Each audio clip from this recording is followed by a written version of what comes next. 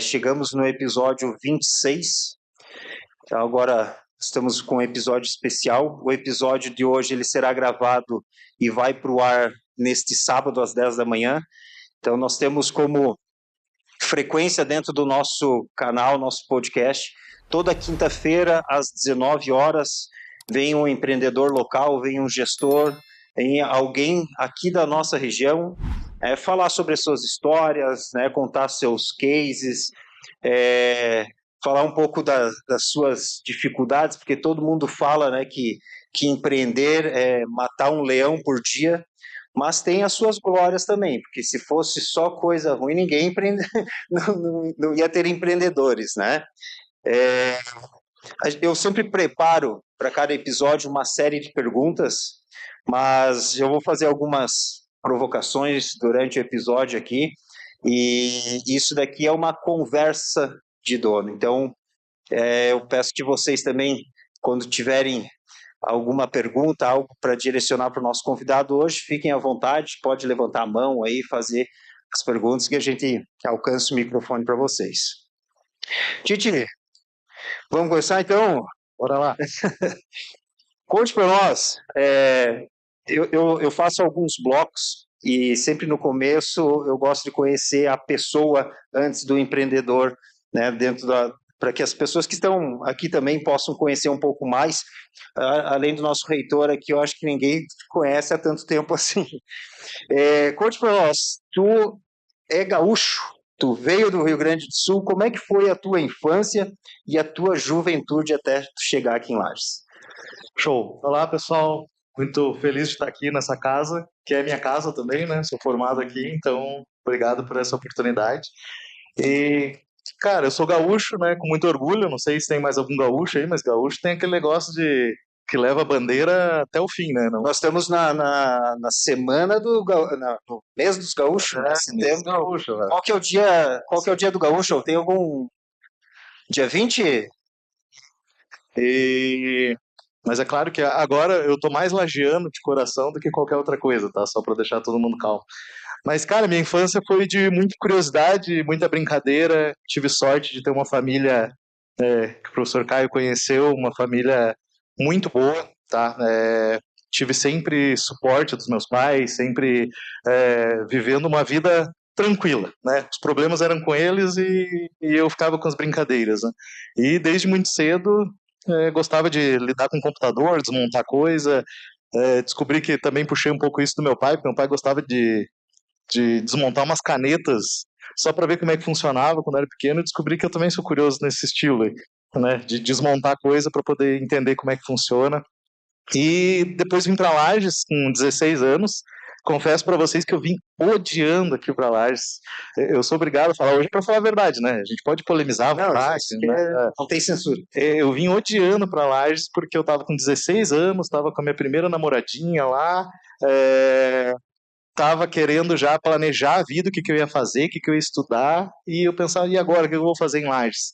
Agora, gente, eu não troco Lages por nada, porque eu posso fazer tudo daqui para o mundo, como tenho feito, e aqui é uma cidade maravilhosa para se viver, e acabei passando um pouco da minha juventude, da minha adolescência aqui, criando muitos amigos, e estamos aí.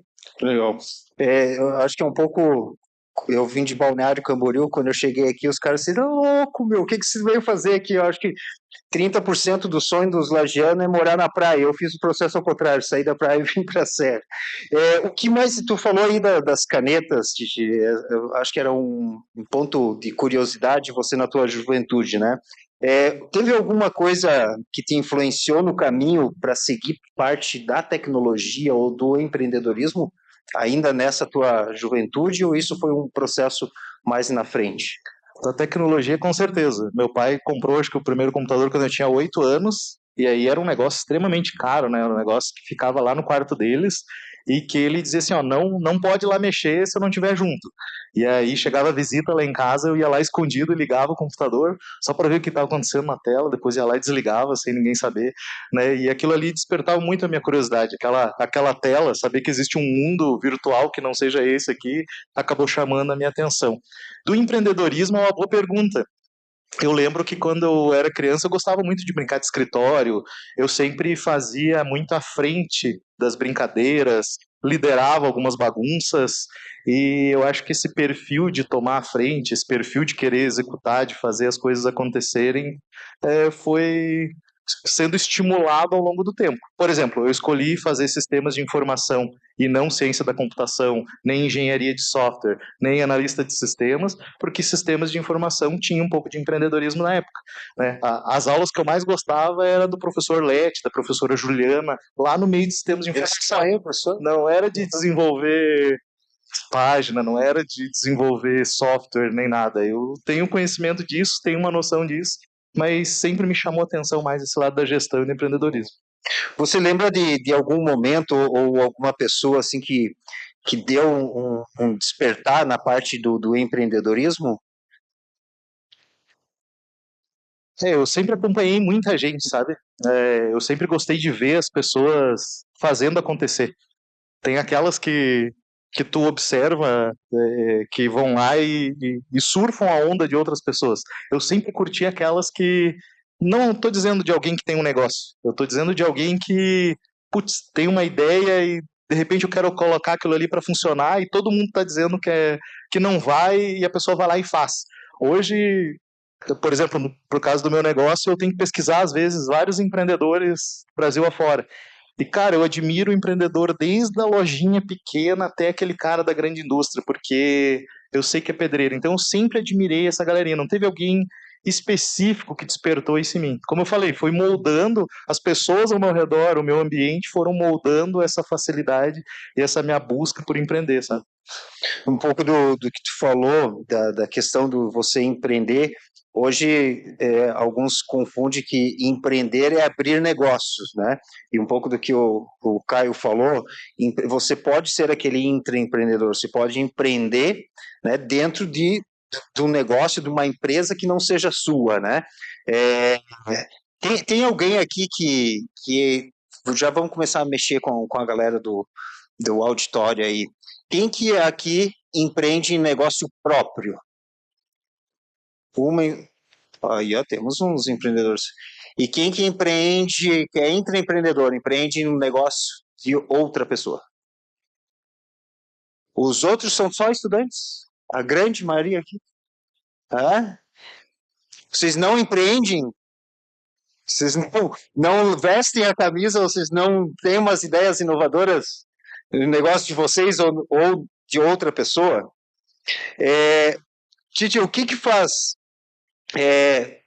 Eu trouxe essa pergunta para a galera aqui, perguntando quem que trabalha na empresa de outro, para quem empreende na empresa de outro, porque se você começa a empreender, mesmo que na empresa de outro, vamos dizer assim, você começa a ter alguns estímulos, você começa a ter algumas provocações.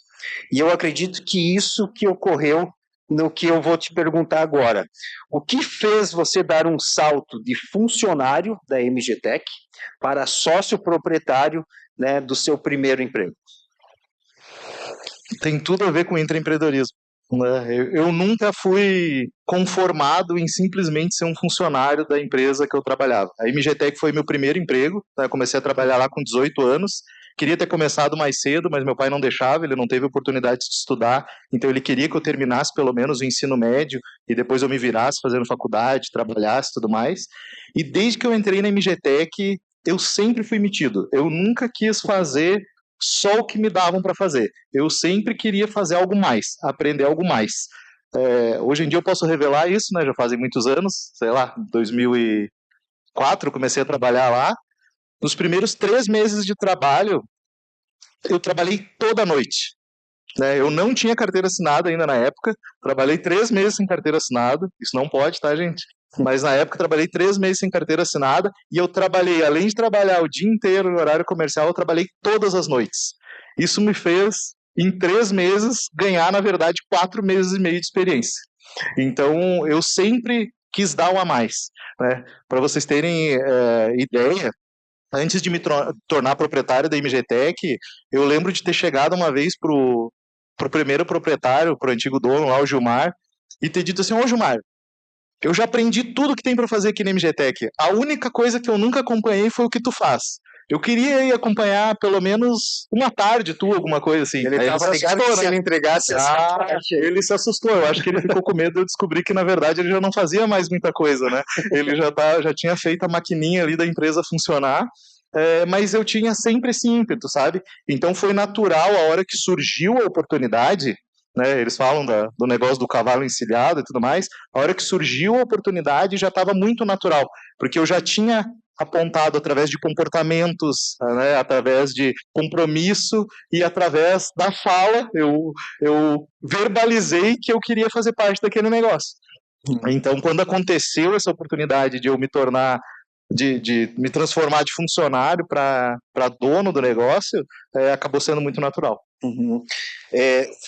Quantos anos que você ficou na parte de funcionário para proprietário? Qual o período que você levou para fazer essa? Fiquei 9 anos. 9 anos como funcionário e depois 8 anos como sócio. E durante esses 9 anos também, conforme tu foi empreendendo dentro da empresa, você foi pegando outras funções, outros cargos e subindo dentro da tua liderança lá dentro. Com certeza, eu cheguei... Não tinha mais o que... Chegou um momento que não tinha mais para onde eu ir. Tinha que sair fora da empresa ou fazia parte da sociedade. Inclusive, uma curiosidade, eu nunca tive a intenção de comprar o negócio como um todo. A minha intenção era poder ter um pedacinho daquele negócio, porque eu já me sentia dono daquele negócio mesmo sendo funcionário. Mesmo sem ter uma porcentagem, eu atendia os clientes como se eles fossem meus, né? Eu zelava pelo negócio, queria aprender pelo negócio como se ele já fosse meu, né? Então eu não tinha essa intenção, acabou acontecendo essa oportunidade, né? Mas se ele tivesse me dado, sei lá, 5% do negócio, me dado não, né? Que ninguém dá nada, né? Eu comprei a minha parte, né? Mas se ele tivesse me vendido 5%, eu estaria super feliz, né? Acabei comprando 50%. Logo depois você você fez a venda, né, da tua participação de uma empresa essa que já era consolidada, né? Você ficou ali 19 anos, mas a empresa já tinha o quê? Quase 30 anos, já era uma empresa bem forte. É uma empresa bem forte até hoje, né? Isso, uma empresa de 31 anos. E aí você sai dessa empresa já consolidada há muito tempo para arriscar em novos negócios, né? E qual foi a ideia, o processo que passou na tua cabeça para fazer isso? Cara, foi uma coisa muito pessoal, assim. Eu acabei te fazendo um corte, eu lembrei agora, o nosso Jornal Nacional, William Bonner, 29 anos de Globo, ele entrou 3 anos como redator e há 26 anos ele é redator-chefe da Globo, né? Está deixando a tribuna do Jornal Nacional, não sei se por uma questão pessoal ou não, mas uma empresa já bem consolidada para arriscar agora em um novo negócio. Alguns estão dizendo que ele vai ser até corretor de imóveis aqui no nosso litoral, ninguém sabe, né? Mas teve um momento, vamos dizer, saúde mental também dessa partida ou não? Eu quero inovar, eu quero algo novo para mim. Teve, olha, eu vou dizer que o poeta já diz, né, que a gente é uma metamorfose ambulante, e eu acredito nisso, porque eu nunca tinha pensado em sair da MGTech. Para vocês terem uma ideia, o meu outro sócio, né, o Adriano, que continua lá na MGTech até hoje, ele tinha planos de se afastar do negócio e ficar como um conselho ali, ficar fazendo parte de um conselho, mas eu nunca tive essa vontade de me afastar. Mas, do nada, a vida vem e mostra outras possibilidades. A gente parece que já não se sente confortável mais com aquilo, quer testar novas coisas, né? E como a MGTech tinha sido o meu primeiro emprego, eu nunca tinha trabalhado em outro lugar. E como eu comprei a empresa já consolidada, e aí os desafios são outros, eu queria ter a oportunidade de criar uma empresa do zero. E aí, antes da pandemia, meu pai acabou falecendo, meu pai tinha uma doença degenerativa, ele ficou 5 anos doente, a gente cuidando dele, né? Ele trocou minha fralda, eu troquei a fralda dele também, ele me deu banho quando eu era pequeno, eu dei banho quando ele era idoso já, então aquilo ali acabou mexendo muito comigo, eu fiquei pensando, cara, a vida é curta, hein? A vida é curta e eu queria impactar mais gente. E aí a gente começa a se envolver, como o pessoal aqui está escutando a gente começa a descobrir coisas novas, começa a ir para esse mundo da inovação, receber essas provocações de fora. Então, por mais que a empresa estivesse consolidada, a empresa estava dando seus resultados, eu tinha um ótimo prolabore lá, a gente tirava bons resultados do negócio, mesmo assim aquilo ali não estava mais me movendo. Não era a questão do dinheiro, e eu não estou dizendo que o dinheiro não é importante, mas aquela questão do dinheiro e aquelas experiências não estavam mais me movendo naquele momento. Então, eu conversei com meu sócio na época, fiquei 6 meses preparando a minha saída, eu não saí do dia para a noite, né? Fiquei 6 meses fazendo essa preparação. Eu não passei por pandemia, porque como a gente atendia a parte de tecnologia de setores que eram essenciais, todos os funcionários foram para casa e eu fui para a rua. Então eu é que atendia lá, enquanto estava todo mundo em casa, eu estava na rua, eu não fiquei naquela história de quarentena e tudo mais. Então eu que ia atender nas empresas. Então tudo aquilo ali acabou mexendo comigo, me levando a essa decisão super difícil na época, né? Com certeza faria de novo, mas na época extremamente difícil, né? Uhum. Você falou ali da parte de dinheiro, né? Alguém que já leu o livro Pai Rico, Pai Pobre? Já leram? Vocês lembram da historinha quando o pai rico pega as duas crianças e leva para a cafeteria? Eu vou dar um spoiler do livro, vou entregar geral mesmo. E eles estão falando sobre dinheiro e felicidade. E eu acho que casa um pouco com a tua fala, Titi, que o pai rico ele traz, né, que claro que tem aquela história, dinheiro traz felicidade? Eu disse, olha, se traz não sei, mas eu vou chorar em Paris, né? Eu acho que sim, traz um pouco de felicidade, né? Porque ele consegue me dar, né, uma melhor casa, um melhor sustento para minha família, né, um melhor. Então ele acaba sendo um apoiador à questão da felicidade. Mas o pai rico traz e passa um andarilho na calçada e ele pega e dá $1 para aquele rapaz, né, que está passando ali na história do livro. E ele já fica todo feliz, né? Então, talvez se fosse feito a mesma ação para uma pessoa, né, ali dentro do café que tivesse, sei lá, milhões, né, ela não teria uma felicidade, né, que nem tinha um rapaz andarilho que estava andando ali do lado ali. Então, se vocês querem uma indicação já de livro também, leiam Pai Rico, Pai Pobre, né, que fala um pouco dessa questão de você ter qual que é a associação de você ter o dinheiro, né, dentro do empreendedorismo, que é o foco do livro, você empreender, ganhar dinheiro, né, porque recentemente até num episódio nosso, a gente fala com o Vinícius, que é sócio da Platon, né, e ele traz hoje que o empreendedor, ele está naquela questão da gourmetização, né? Você cria uma empresa com um propósito. Cara, eu criei uma empresa para ganhar dinheiro, né? Então, existe um propósito por trás daquilo, em querer afetar pessoas, em querer, às vezes, fazer um bem-estar, né, do teu ecossistema, mas o foco principal é ganhar dinheiro, né? E Juliano, só para complementar, eu continuo aprendendo esse processo e eu continuo um curioso eterno.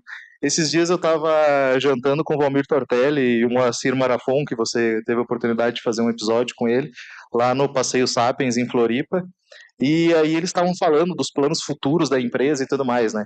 Para ver como não é só o dinheiro que move as pessoas, né? Por exemplo, pega o Valmir Tortelli. Poxa, ele mostrou que é possível fazer uma empresa gigante daqui de Lages, alcançar o mundo, tá? Em mais de 40 países com a empresa dele, e eles ainda estão planejando expansões. E eu olhei para ele no jantar e falei assim, ó, ô Valmir, você tá louco? Tem tesão ainda de estar fazendo tudo isso, de estar querendo crescer mais, porque, cara, quem olha de fora, e talvez muitos possam olhar ele e dizer assim, não, ele já tem o suficiente para parar. Com certeza ele já tem o suficiente para parar, mas não para ele. Para ele não tem o suficiente para parar, ele ainda está sendo movido por aquele espírito empreendedor de querer fazer acontecer. E é isso. E eu estava naquele momento querendo fazer acontecer, mas parece que não cabia mais ali dentro daquela empresa específica e eu tinha que parar de atrapalhar talvez o meu sócio e ir atrás daquilo que eu realmente queria. Para tu ter ideia de uma relação de dinheiro, felicidade com o episódio do Marafon, naquele dia que eu gravei um episódio, o cara é super simples, né? Quem tiver a curiosidade está lá no nosso canal lá, vocês vão ver, cara bem simples e humilde como pessoa, né? Ele vem do interior de Santa Catarina, foi um cara que saiu da lavoura, do campo, né? E naquele dia que nós gravamos o episódio com ele, ele me conta nos bastidores assim, cara, acabei de fechar um contrato com uma empresa americana em 640 milhões. Eu sei o quê? 640 milhões. O cara tem mais de, acho que são 16 empresas, né? E estava aqui em Lages, né? Movendo e trazendo a experiência dele dentro da CAT.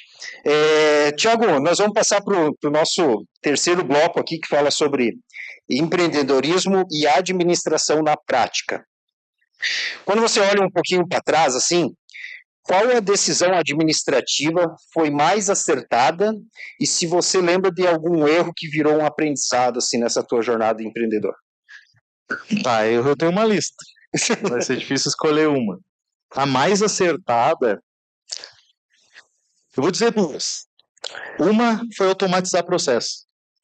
Tá? Uma foi pegar as coisas que a gente tinha na empresa, que dependia muito de pessoa, dependia muito de poder gerar erro humano, e a gente conseguiu automatizar muita coisa dentro da empresa. Então, era uma empresa, e eu acredito que até é hoje ainda, uma empresa bastante enxuta, né, consegue entregar um resultado bem bacana justamente por causa dessas automatizações. Colocaria ainda um adendo que teve um momento ali que foi estratégico trazer ajuda de fora. Né, trazer um consultor, uma pessoa com mais experiências ali que viesse provocar e tirar a gente de uma zona de conforto, acho que foi bastante acertado também, pensando em termos de administração, né? O Bernardo tinha comentado de não terceirizar essa questão da administração, a gente tem o conhecimento, mas chega uma hora que parece que bate num limite ali, que você não tem tempo muitas vezes para se capacitar, então você precisa trazer uma ajuda externa para isso. E de erro, tem que escolher, na verdade. De erro, com certeza foi não ter me preparado o suficiente para segurar talentos dentro do meu negócio. Eu perdi algumas pessoas na época ali que para mim como time eram muito importantes, né, que me ajudavam. Só que eu tinha um desafio de sair de funcionário para dono. Eu saí de colega de trabalho, apesar de já estar num cargo acima, para dono do negócio. E ali eu realmente me faltou um preparo para conseguir manter essas pessoas. A gente sabe que há pequenas e médias, e eu vejo, cara, 80% das pessoas, dos convidados que a gente leva no podcast, eles falam na parte de gestão e finanças é algo que cutuca bastante, né? Quais dicas, né, você daria para quem está começando e precisa organizar tanto o lado, você falou agora da questão de pessoas, né? Mas tem a questão de processos e finanças, assim, tem alguma dica prática que você possa passar aí da tua experiência? Eu era o fissurado das finanças lá na empresa. Tanto que com o professor Clevelney eu fiz 2 ou 3 cursos já na vida. Né? O primeiro de custos, o outro eu fiz de gestão financeira, inclusive recentemente, acho que no final do ano passado, e devo ter feito mais algum, porque a gente precisa ter a tal da previsibilidade, né? Poder entender como funcionavam as coisas. O antigo proprietário tinha dinheiro. Se desse algum problema, ele botava o dinheiro o patrimônio que ele criou ali e fazia acontecer. O Adriano e eu, a gente comprou a empresa, a gente não tinha dinheiro. Então, se desse qualquer problema ali, qualquer M, a gente ia precisar de um dinheiro. Então, tratar essas questões financeiras, né, inclusive com vários parceiros, a gente pegava dinheiro, por exemplo, fazia troca de títulos, esse tipo de coisa, mas sempre controladinho, sempre com o pé no chão. Então, ter um sistema de gestão, por exemplo, que eu consiga ter a visão. Nós nunca, né, o básico, né, nós nunca misturamos as nossas finanças pessoais com as finanças da empresa, né, sempre tivemos controle do nosso fluxo de caixa, quantos a receber, quantos a pagar. Tínhamos sistemas redundantes, ou seja, se desse problema no sistema, a gente tinha outros tipos de controles. Né? E a questão dos processos é poder mapear isso, e de um jeito que as pessoas leiam, né? Eu não sei se alguém já ouviu falar em POP, né, de procedimento operacional padrão, mas a gente tinha ISO lá na empresa e, cara, ninguém lia aqueles negócios, ninguém lia os manuais, mas a gente tinha que cumprir por causa das certificações e tudo mais. Então, quanto mais a gente simplificar para as pessoas os processos, as formas de fazer, melhor, sabe? Então, a gente tentou simplificar ao longo do tempo, sabe? Uhum. Pessoal, chegou um recado para mim aqui, ó. Eu acho que tem um recado que é da Kelly também. Vai rolar um QR Code daqui a pouco, né, Kelly? Isso, porque chegou para mim só o sorteio, mas vai ter presença também, né? 15 sorteios, então aguardem aí, pessoal. Daqui a pouco vai rolar um QR Code no telão aí, tá? Quem estiver presente aí no auditório, além de ganhar presença, a presença vale 12 horas também, né? 12 horas. Vai ter aí o sorteio de 15 brindes aí no final. Matheus, faz o nosso QR Code também. Vai que a gente ganha, né? É, eu até anotei aqui o nome do Bernard ali, que ele fala uma questão de networking, né? A gente vem do associativismo e eu um pouco parecido com o Denis, eu sofri também na CIL Jovem, eu bati os 30 anos, os caras me escorreram lá de dentro, né? Já chegou, já bateu, agora tu não é mais a CIL Jovem, agora tu vai para a CIL dos Velhos, né? A gente começa a participar da reunião das segundas-feiras, não mais da terça, mas a gente vê dentro do associativismo um network muito grande, porque a gente está no meio de outros empreendedores, né, muito das vezes não é o segmento, apesar de termos núcleos, né, segmentados, né, tem o núcleo do marketing, o núcleo de construtoras, tem vários núcleos segmentados, mas tem assim o Jovem, por exemplo, que é um multissetorial, assim como tem também o núcleo de negócios, onde eu participo até hoje também. E o que para você, o que mais vale no networking? A quantidade de contatos e a rede, quanto maior, melhor, ou a qualidade nas conexões que você realiza? De bate-pronto a qualidade, né? Mas eu vou dizer que a quantidade é importante também. Mas vou dizer que a qualidade, que eu fiquei até muito grato com a fala do professor Caio, né, com o que ele falou, e sabe que eu sinto isso nos meios onde eu estou inserido, né? Como é importante você criar uma reputação, né, e é claro, nada forçado, uma reputação real, transparente, no teu networking, porque depois aquilo ali replica. Por exemplo, eu estava no Startup Summit na semana passada, 2 semanas atrás, 2 semanas atrás, estava no Startup Summit, que é o maior evento para startups do Brasil, aí é feito em Florianópolis, e uma pessoa me abordou e disse: "Você é o famoso Tite". Ou seja, eu já tinha abertura com aquela pessoa, porque ela já conhecia a minha reputação, e não fui eu que falei para ela, foi outra pessoa que falou do círculo de network. Então, com certeza ter qualidade, você ter conexões boas com as pessoas, você poder nesse mundo da inovação, né, no mundo das startups, a gente fala do tal do give first, que é você poder dar um salto de fé e você, ao invés de pedir alguma coisa para as pessoas, pedir alguma coisa para a comunidade, você primeiro entrega alguma coisa para a comunidade. Primeiro você dá aquele salto de fé, aquela entrega. E aí depois as coisas vêm naturalmente. Então, você fazer isso com as pessoas, eu acho que é muito válido. Hoje eu posso contar com muita gente, por exemplo, lá no Conselho Administrativo do Orion, eu tenho cada aprendizado gigantesco. Eu posso sentar lá com o reitor da Uniplac do meu lado, posso sentar lá com o presidente da Associação Empresarial, presidente da Câmara de Dirigentes Lojistas, né, o diretor lá do Cabo Desk, o diretor do IFSC, né, o pessoal da Fiesc. Eles são o meu conselho. Né? Eu não preciso saber tudo. Eles sabem. Então, para ver como é a riqueza de ter acesso às pessoas certas. Além de você estar com as pessoas certas, isso acaba sendo uma espécie de um MBA de vida, né? Porque você sentar, jantar, almoçar com um cara desse, conversar, né, das práticas que ele vem atuando e vem fazendo, é muito que um aprendizado também de tu absorver, né? Tu falou dessa questão dos startups e para quem trabalha com vendas, e a gente utilizou esse tempo até lá no nosso escritório. Tem um gatilho mental que é o gatilho da reciprocidade. Há um tempo atrás eu peguei o Gabriel e falei: Gabriel, mapeia as empresas que estão aqui próxima e a gente vai entregar de graça para a pessoa um levantamento digital, a análise digital da empresa dela, sem querer reunião, sem querer vender nada.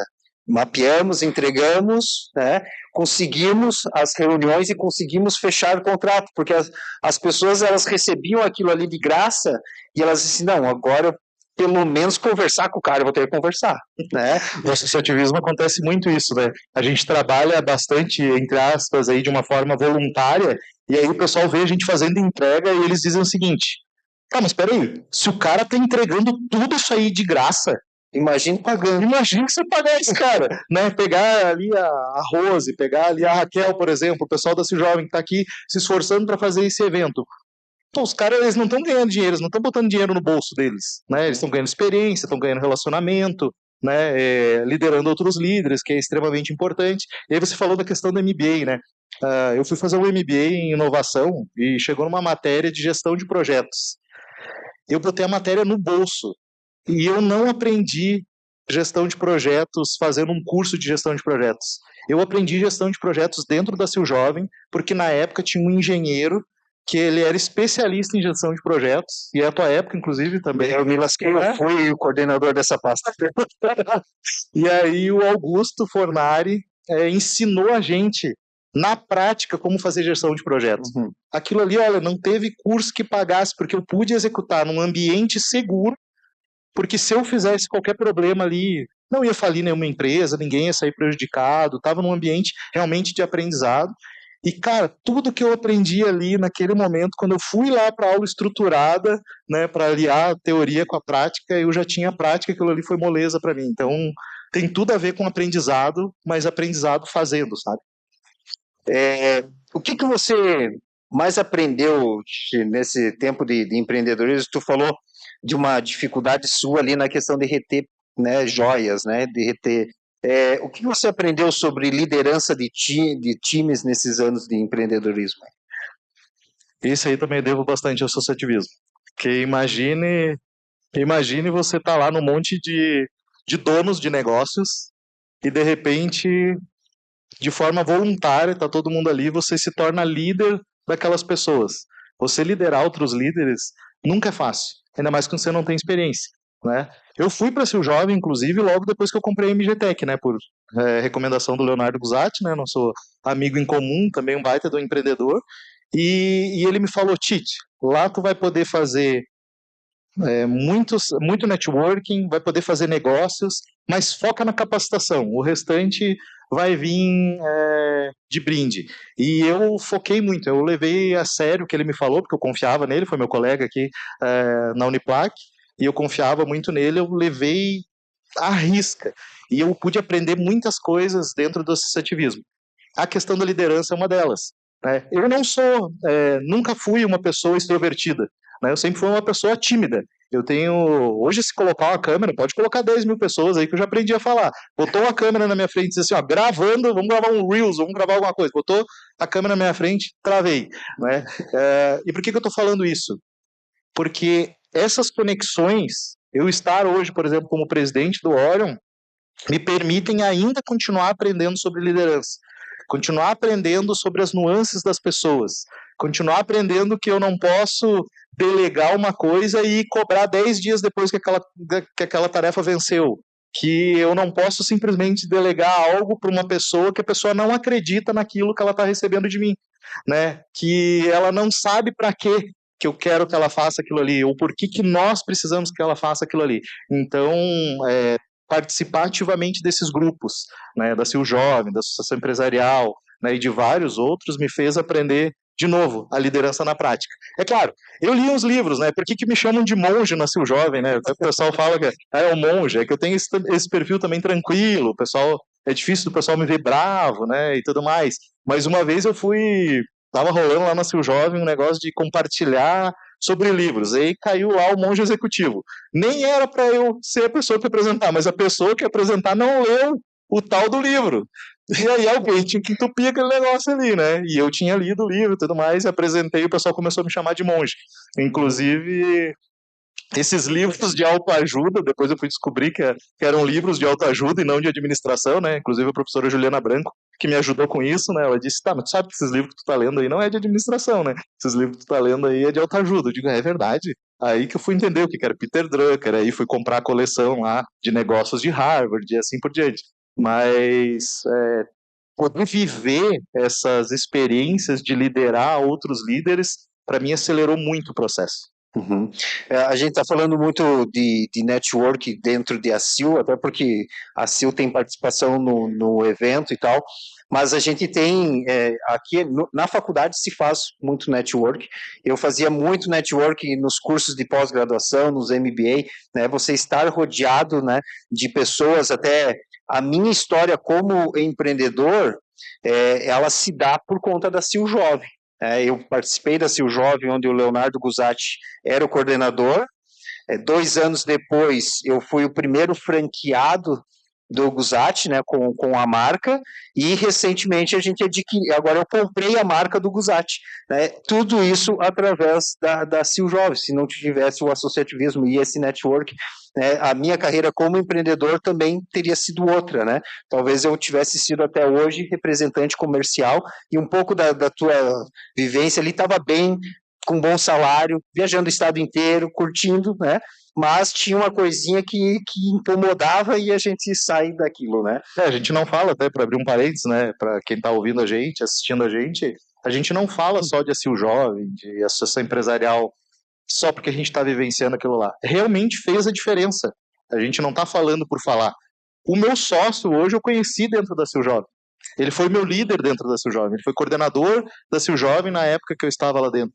E a gente se conheceu através de lá. Vários amigos pessoais que eu tenho e pessoas de confiança que a gente pode trocar, que quando a bucha tá pegando lá na empresa, a gente pode ligar e dizer, cara, vamos tomar um café, né? Foi por esses locais, né? E como você falou, às vezes a universidade ali a gente está só de olho nas coisas que a gente tem para aprender, né? Poxa, eu carrego alguns professores, como já citei aqui, com muito carinho e pessoas, colegas meus que estão aí mundo afora também da mesma forma, porque é isso que tem a ver com networking de qualidade. É como que você mantém esses contatos e saber que pode contar com essas pessoas e essas pessoas podem contar contigo ao longo do tempo. Hoje eu trouxe a tua ficha no início do episódio ali, tá em todos os cantos, né? Orion, Acati, Acil, Hub2. Faltou o pacto aí.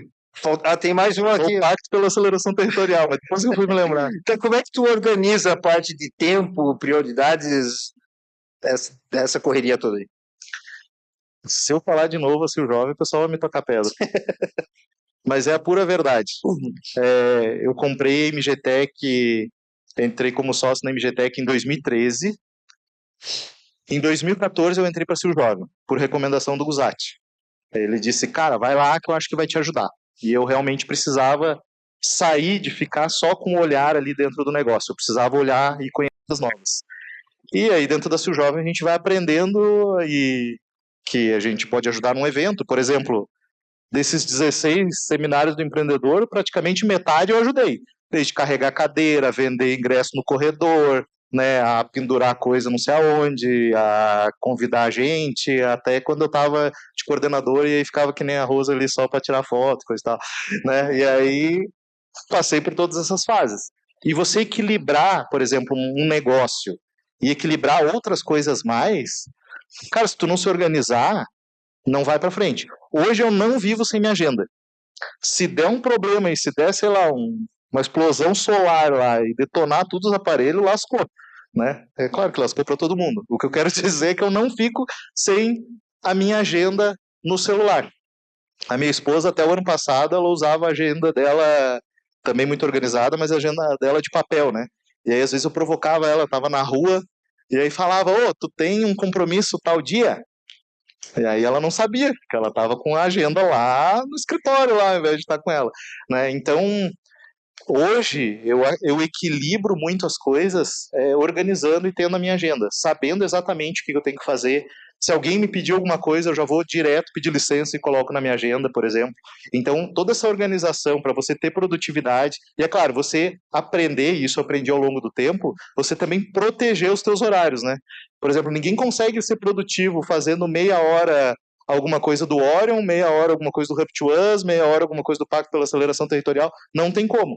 Então hoje eu tenho momentos de foco naquilo que eu tenho que fazer, naquilo que eu tenho que entregar.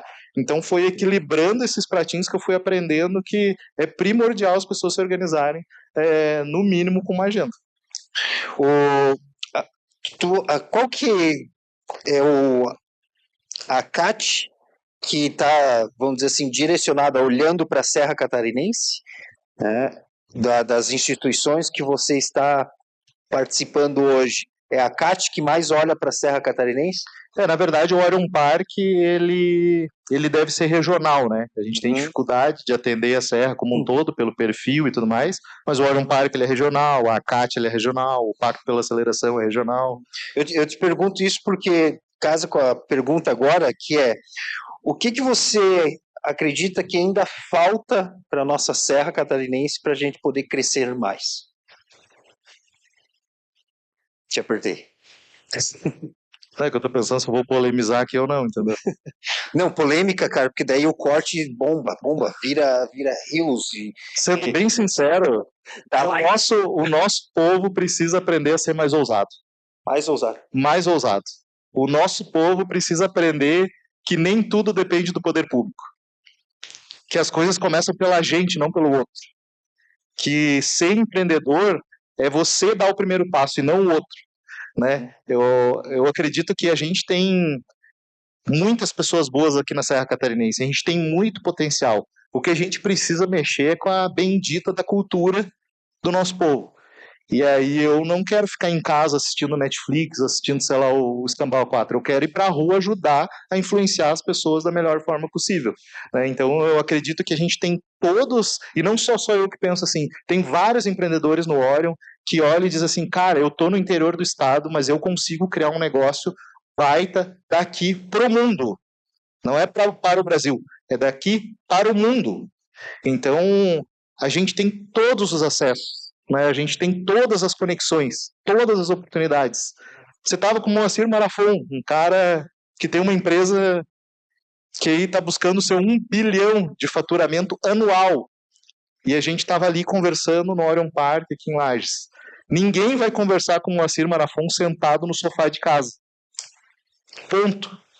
Ninguém vai conseguir transformar a Serra Catarinense fazendo o que todo mundo faz. Então, a situação é essa. Se a gente quer ter um lugar melhor para se viver, e que eu acho um lugar excepcional, de qualidade de vida maravilhosa, e como eu falei, eu não troco Lages por outra cidade, a gente precisa fazer o lugar que a gente mora. Então, o que falta é isso, as pessoas serem mais ousadas. Mudar o mindset. Tem que mudar e forçar.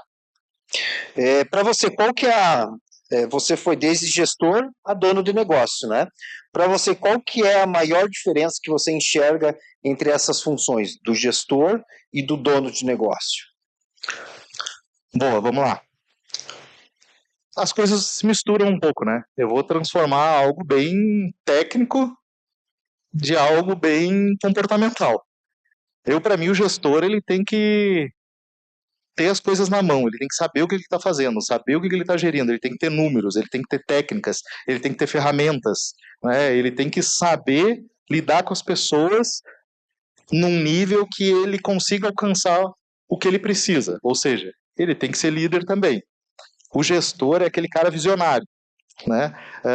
Eu gosto muito, por exemplo, de vez em quando eu vejo o Assis da GTS, por exemplo, um baita do empreendedor, também saiu do interior e hoje tem uma empresa que é mundial, né? Daqui de Lages, que tem que ter orgulho, nosso povo tem que ter orgulho de uma empresa como essa. E ele é o dono do negócio, o empreendedor, o dono visionário do negócio. Ser dono de negócio é muito fácil, tá? Quem tiver R$1.000 para abrir um CNPJ, eu acho que com R$1.000 abre. Um CNPJ já pode ser dono de negócio. Se for MEI, então, se valer MEI, que eu não sei se vale, né, chamar MEI de dono de negócio, acho que é um caminho para isso, mas com R$1.000 consegue abrir um CNPJ. Dono de negócio não é ter um CNPJ, na minha opinião. Dono de negócio é fazer negócio acontecer. É ter vendas, é ter resultados, né, é ter eficiência naquilo que se faz e gerar resultado, a não ser que seja uma ONG. Mas, por exemplo, o Assis, que eu estava comentando, ele tem uma visão das coisas, né? Ele inventa um monte de coisa, daí a equipe dele tem que se virar e fazer o quê? Gerir, trazer as técnicas, trazer as ferramentas, trazer os números e botar a bola no chão daquilo que ele está inventando. Então, o dono, para mim, o empreendedor, é essa pessoa que luta e acredita ou enxerga o que ninguém está vendo e ele vai lá e executa. Não importa se estão dizendo que não vai funcionar e tudo mais, enquanto ele não conseguir se provar que aquilo ali não executa, ele não vai parar. E o gestor é o cara que vai organizando esse processo, vai trazendo as técnicas para colocar essa bola no chão para poder chutar para o gol. Legal, Titi. Nós estamos chegando agora já no nosso bloco 5, e aqui a gente vai abordar a parte de startups. Recentemente eu até levei algumas turmas aqui para conhecer o Orion Park lá. Vimos algumas empresas, né? Fizemos o tour, eu estava com o João ainda, né, que fazia o tour lá. Mas falando um pouco da Hub2Us, é com o Dudu, é com o Eduardo, a Hub2Us, Eduardo. Fala um pouco para nós sobre ela, como que surgiu essa ideia e o que vocês querem transformar com esse projeto? Boa. É bom falar que quando eu vendi a MGTech, eu não fiquei um dia parado, né? Quando eu saí da empresa, eu não tive um dia de sossego. Na verdade, eu já estava num projeto paralelo, né? Um projeto de inovação, na época, que é o Programa Nascer, a primeira turma que rodou em Lages. Eu já estava lá porque uns maluquinhos da Sil Jovem também me chamaram lá e disseram, vamos tocar esse projeto paralelo aqui, vamos ver o que dá. E eu disse, vamos. Né? E então eu estava nisso e a história foi engraçada, que a gente foi tomar um café, né? Logo depois, na verdade, a pandemia estava rolando, o Dudu e eu, a gente não se via já há um tempo, e ele estava para vender a empresa dele, e eu estava vendendo a MGTech. Naquele café, foi um encontro interessante, porque ele disse assim, eu quero ajudar empreendedores. E eu falei, eu quero ajudar empreendedores. Né? Tá, e qual que é a tua ideia? Não tem ideia. E a tua? Também não tem. Vamos se juntar para fazer esse negócio acontecer? Vamos. E daquele café surgiu o Hub2Us. A gente tem o propósito de ajudar empreendedores, de derrubar barreiras e conectar essas experiências empreendedoras. Só quem está no interior sabe os seus desafios um pouquinho a mais de versus quem está na capital, de poder acessar determinados recursos humanos, financeiros e assim por diante. E a gente queria dar oportunidade para aquelas pessoas que estão bem no interior e que não têm um ecossistema de inovação formado. Aqui em Lages nós temos um ecossistema de inovação formado, né, aumentando sua maturidade. Então, o Hub2Us nasceu com essa ideia de ser uma comunidade para empreendedores online, e aí a gente decidiu criar isso de graça, né, de não gerar essa barreira financeira para permitir que o empreendedor se conecte com outros empreendedores a nível Brasil. E é claro, trazendo esse público de empreendedores para perto da gente, porque a gente não decidiu abrir uma ONG, né, a gente decidiu abrir uma startup, que é um modelo de risco, né, repetível, escalável, mas que precisava se provar parar em pé. E aí a gente estava com essa estratégia de trazer os empreendedores para dentro da plataforma e ali a gente aprender o que gera valor para esse empreendedor, né? Que tipo de conexão que ele busca e o que ele pagaria para isso, né? E aí no meio do caminho, como eu falei, a gente não tinha a ideia do produto, da monetização, a gente foi construindo com base no que os empreendedores foram falando para a gente. No meio do caminho, alguns ambientes de inovação, alguns hubs de empreendedorismo viram o que a gente estava fazendo e disseram, mas isso que vocês estão fazendo aí para vocês não tem como fazer interno aqui para a gente. A gente disse, cara, talvez aí tenha uma oportunidade. Cada ambiente de inovação que a gente entra, traz os seus empreendedores para dentro do processo. Então ali a gente acabou criando um software, uma plataforma, né, que facilita essas conexões para dentro dos ambientes de inovação, dos hubs de empreendedorismo, para acompanhar essas empresas, a evolução delas, né, como que elas estão indo, e isso tudo por dentro da plataforma. Então o nosso impacto, que move a gente, o usuário final, é o empreendedor. Tu falou ali da questão das startups, que é um negócio de velocidade de risco. Explique para nós, qual que é a diferença hoje de uma startup para um negócio?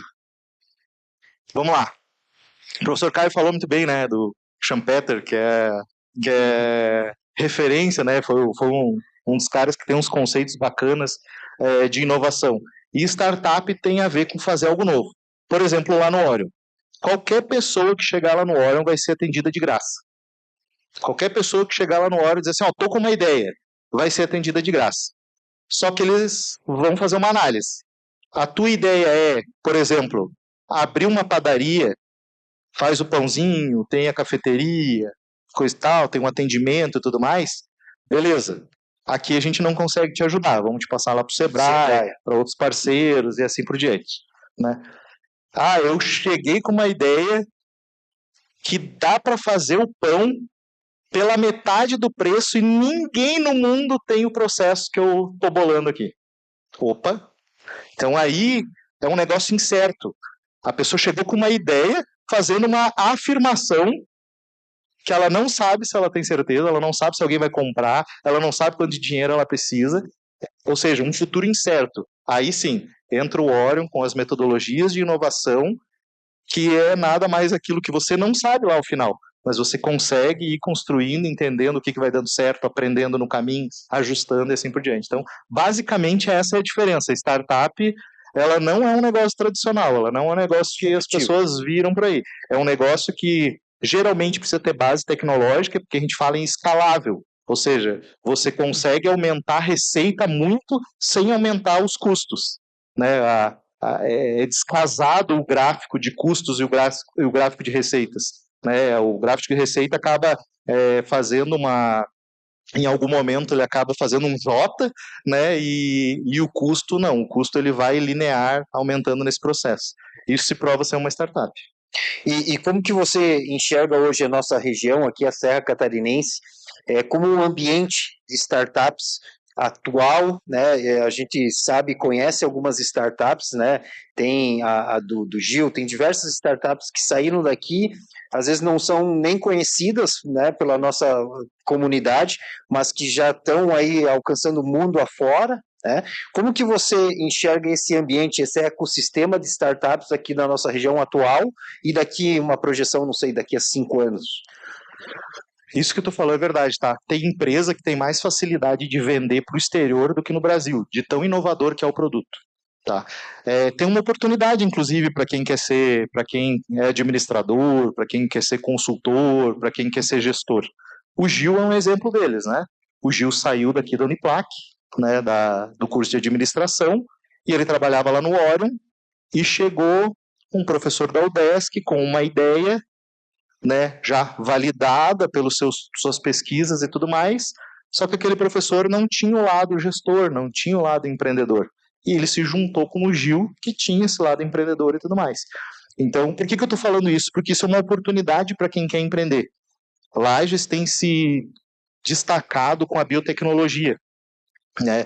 E por que se destacado? Porque você não faz esse tipo de pesquisa em qualquer lugar, né? E aqui a gente tem o CAV, que acaba gerando muitos mestres, muitos doutores na área, já com pesquisas aplicadas e que pode ser transformada em dinheiro. Né? Não aquele TCC, aquela monografia que vai só lá para publicação numa revista. Não, é a provocação que o Orion, junto com a Uniplac, né, há muitos anos já, por exemplo, o Reúne Challenge, que vai acontecer essa semana aqui, que nasceu aqui dentro dessa casa, né, provocando as pessoas, os alunos, os professores a criarem negócio. Então, eu digo que nos próximos anos, e aí não é uma previsão minha, o Dr. Roberto Amaral já via isso há muitos anos atrás, lá desde antes de 2010, que a gente tem esse potencial. O que esses professores, esses pesquisadores na área de biotecnologia vão precisar?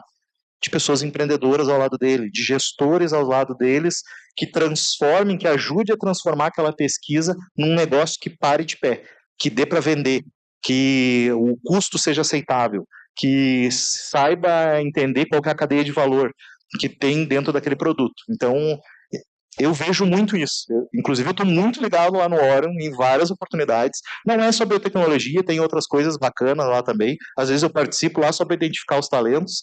Né? A minha senhora está ali, sabe? De vez em quando eu comento com ela, eu digo, surgiu um rapazinho lá.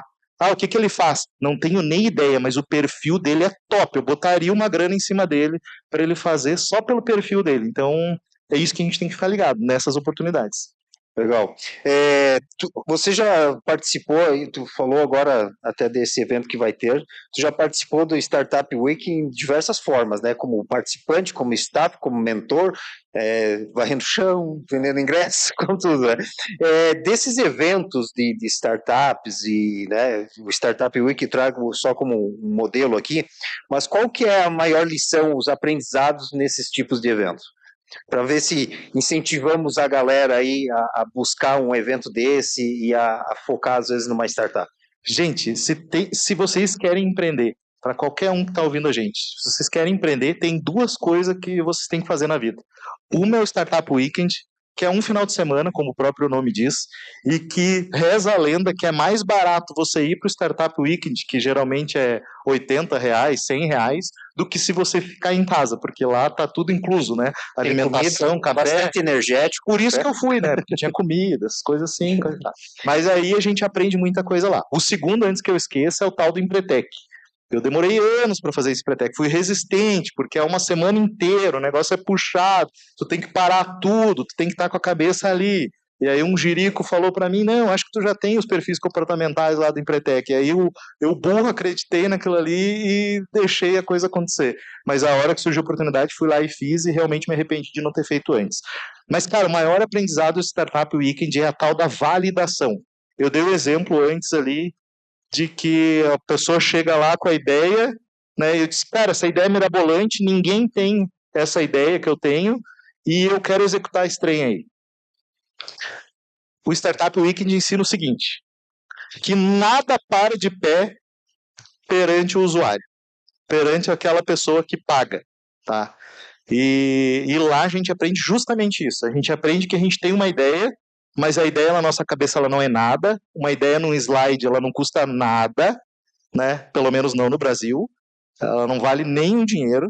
Vale o custo que você está gastando de energia de botar o negócio no slide ali, né? E lá você aprende como que você relaciona isso com o teu consumidor, como que você relaciona isso com o teu cliente, entende se ele vai comprar aquele negócio ali do jeito que você fez, se aquilo ali vai gerar valor para ele, se vai ser útil para ele no dia a dia, se a balança preço, valor, benefício, ela está ali equilibrada ou não. Então, em um final de semana, você aprende algo que não é só para startup.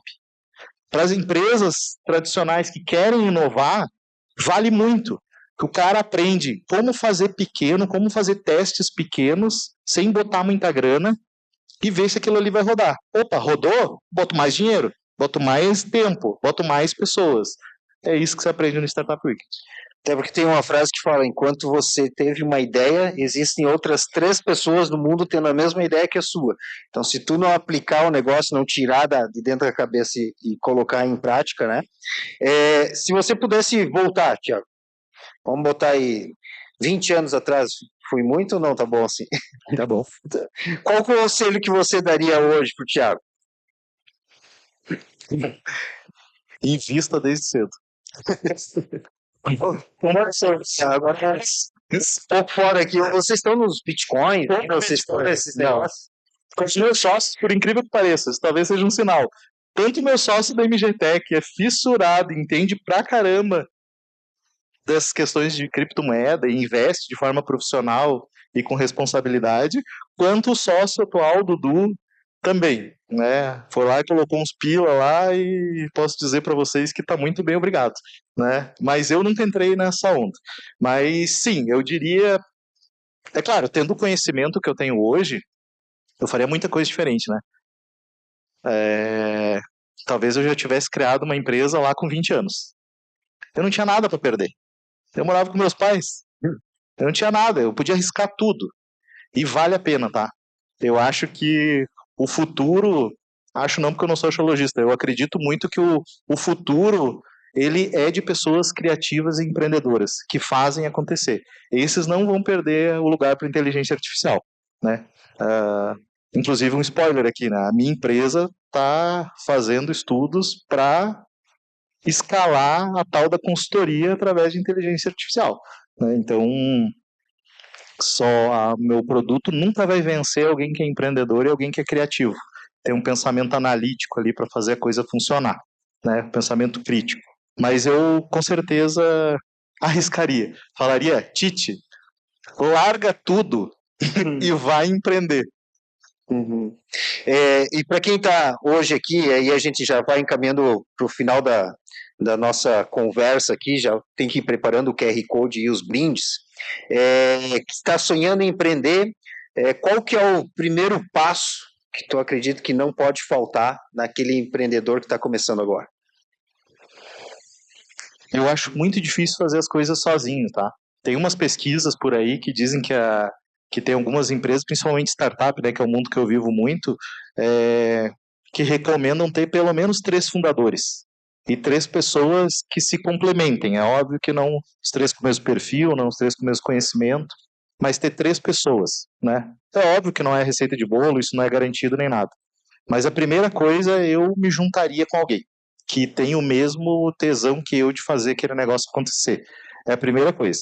Segundo, a nossa cerimonialista falou ali, o negócio é ter ali dedicação, ter estratégia e ter coragem, né, de fazer acontecer.